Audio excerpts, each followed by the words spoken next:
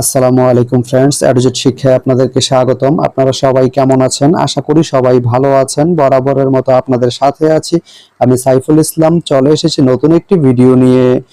আজকে আমরা জানবো আপনি সীতাকুণ্ড থেকে তাল শহর যেতে কোন কোন ট্রেন রয়েছে, সেই ট্রেনগুলা ছাড়ার নতুন সময়সূচি, বন্ধের দিন এবং গিয়ে পৌঁছতে কতক্ষণ সময় লাগবে বিস্তারিত।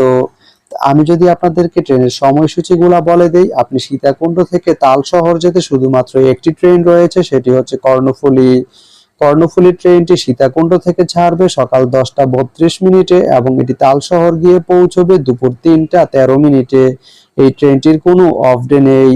তো আপনি সীতাকুণ্ড থেকে তাল শহর যেতে এই কর্ণফুলী ট্রেনটি ব্যবহার করতে পারেন। তো ভিডিওটি কেমন লাগলো অবশ্যই কমেন্ট করে জানাবেন।